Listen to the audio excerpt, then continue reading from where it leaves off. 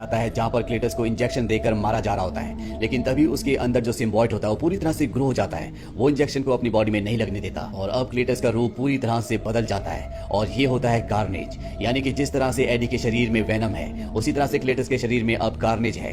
Carnage यहाँ पर कई लोगों को मारकर बहुत सारे कैदियों को छुड़ा देता है और खुद जेल से निकल जाता है। वहीं एडी को बात पता चल जाती है कि क्लेटस जेल से भाग चुका है और अब डिटेक्टिव पैट्रिक एडी के पास आता है और वो एडी से कहता है कि आज तक तुम एक ऐसे इंसान हो जो उससे मिला है और तुमसे मिलने के बाद वो जेल से भाग गया। इसके पीछे हो ना हो तुम्हारा ही कुछ हाथ है। लेकिन एडी को कुछ भी समझ में नहीं आता। वहीं क्लेटस को दिखाया जाता है जिसके अंदर अब कार्नेज है। जिस तरह से एडी से वेनम बात करता है, उसी तरह से कार्नेज भी क्लेटस से बात करता है और ये दोनों आपस में बात करते हैं कि इस पूरी दुनिया में एक और सिम्बॉयट है और वो है वेनम। अगर किसी तरह से वेनम को खत्म कर दे तो पूरी दुनिया पर इनका राज होगा।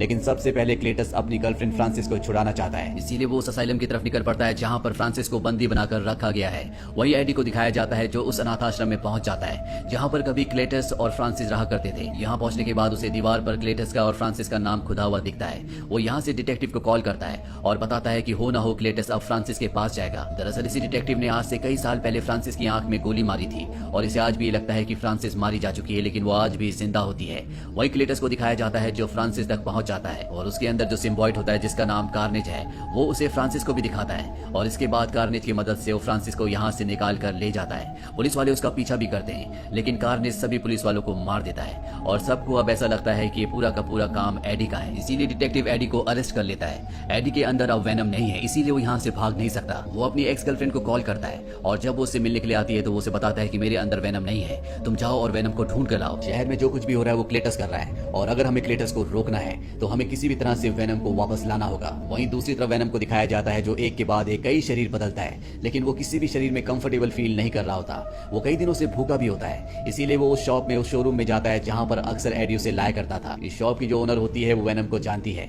वेनम उनसे खाने के लिए चॉकलेट मांगता है और अब एडी की गर्लफ्रेंड भी इस शॉप में पहुंच जाती है क्योंकि उसे पता होता है कि हो ना हो वेनम यहाँ पर जरूर आएगा और वो शॉप की ओनर से बात करती है और वो बताती है कि एडी को वेनम की जरूरत है और उस वक्त वेनम उसी शॉप की ओनर की बॉडी में होता है और फाइनली वो मान जाता है कि वो एडी से मिलने जाएगा क्योंकि वो खुद भी एडी को बहुत मिस कर रहा होता है। और इसके बाद वो एडी तक पहुंच जाता है और जब एडी के पास वेनम वापस आ जाता है तो वो जेल से भाग जाता है। वहीं दूसरी तरफ क्लेटस और फ्रांसिस को दिखाया जाता है जिनके सामने कार्नेज है।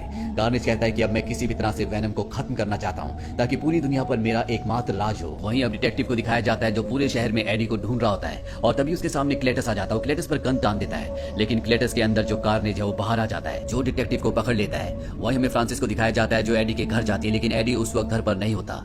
उसे वहां पर एडी की एंगेजमेंट रिंग मिलती है जो उसने अपनी एक्स गर्लफ्रेंड के लिए खरीदी थी। यहाँ पर उसकी एक्स गर्लफ्रेंड की फोटो भी होती है और जब फ्रांसिस को फोटो मिलती है तो वो उसकी एक्स गर्लफ्रेंड को पकड़कर अपने साथ ले जाती है और उसे एक इन्विटेशन देती है कि हमारी शादी में जरूर आना। और अब ये बात एडी को पता चल जाती है। वही हमें क्लेटस को और फ्रांसिस को दिखाया जाता है जो एक चर्च में होते हैं। दोनों की दोनों शादी कर लेते हैं। यहाँ पर डिटेक्टिव और एडी की एक्स गर्लफ्रेंड को भी बंदी बनाकर रखा गया होता है और अब एडी भी इस जगह तक पहुंच जाता है। उसके अंदर इस वक्त वेनम है। वेनम उसके शरीर से बाहर आ जाता है। वेनम को देखकर कार्नेज भी बाहर आ जाता है और जैसे वेनम कार्नेज को देखता है तो वो वापस एडी के शरीर के अंदर चला जाता है। एडी उससे पूछता है कि क्या हुआ।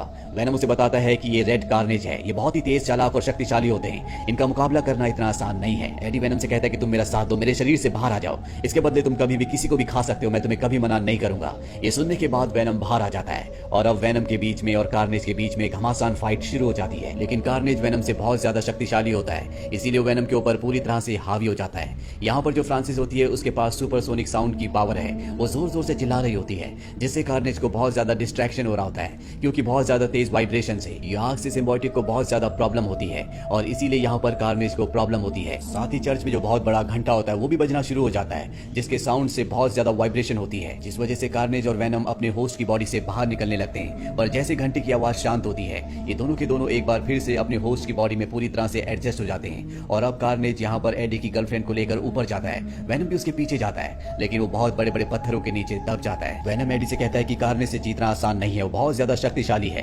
अब यहाँ पर जो फ्रांसिस होती है वो जोर जोर से चिल्ला रही होती है, इसीलिए कार्नेज उसे पकड़ लेता है और उसका मुंह दबाना शुरू करता है जिससे वो बेहोश हो जाती है। और जब क्लेटस जिसके अंदर कार्नेज है वो देखता है तो वो अपने अंदर से कार्नेज को निकलने के लिए कहता है, लेकिन अब कार्नेज का पूरा कब्जा उसकी बॉडी में है। वो जाकर भी कार्नेज को अपनी बॉडी से नहीं निकाल सकता। वही वेनम पत्थरों के नीचे से अपने आप को निकाल लेता है। कार्नेज जिसके पास एडी की गर्लफ्रेंड है वो उसे ऊपर से नीचे छोड़ देता है, पर इससे पहले कि वो जमीन पर गिरकर मर जाती वेनम उसे पकड़कर बचा लेता है। पर अब कार्नेज वेनम के सामने आ जाता है और उसे बुरी तरह से मारने लगता है। उसके जो स्पाइक्स होते हैं वो उसकी बॉडी के आर पार कर देता है। और तभी फ्रांसिस एक बार फिर से होश में आ जाती है। वेनम उससे उसके सुपरसोनिक साउंड को निकालने के लिए कहता है, पर इससे पहले कि वो ऐसा करती कार्नेज उसे नीचे धक्का दे देता है। और जब वो नीचे गिर रही होती है तो वो बहुत तेज से चिल्लाती है, जिससे इतनी जोर से सुपरसोनिक साउंड प्रोड्यूस होता है कि चर्च का घंटा और दीवारें गिरने लगती है। और इन दोनों की बॉडी के अंदर जो सिम्बॉइड्स होते हैं वो भी बाहर निकल जाते हैं। और इससे पहले कि एक बार फिर से कार्नेज क्लेटस की बॉडी पर अपना कब्जा करता, एडी की बॉडी के अंदर वेनम आ जाता है और वेनम उस कार्नेज को खा जाता है। साथ ही वो क्लेटस को मार देता है। और अब कार्नेज, क्लेटस, फ्रांसिस सब के सब मारे जा चुके हैं। अब यहाँ पर पुलिस आ जाती है। एडी वेनम के साथ यहाँ से निकल जाता है। दोनों की दोनों छुट्टियां मनाने के लिए जाते हैं, जहाँ पर वेनम एडी को कहता है कि हम सब के कुछ सीक्रेट्स होते हैं, मैं तुम्हें सिम्बियोटिक यूनिवर्स के बारे में कुछ बताना चाहता हूँ। और तभी यहाँ पर टीवी फ्लिकर होने लगता है और ये ट्रांसपोर्ट होकर होटल के एक रूम से दूसरे रूम में पहुंच जाते हैं, जहाँ पर टीवी पर स्पाइडरमैन की न्यूज आ रही होती है, जहाँ पर जे जॉनसन टीवी पर दुनिया को बता रहा होता है कि स्पाइडरमैन का असली नाम पीटर पार्कर है,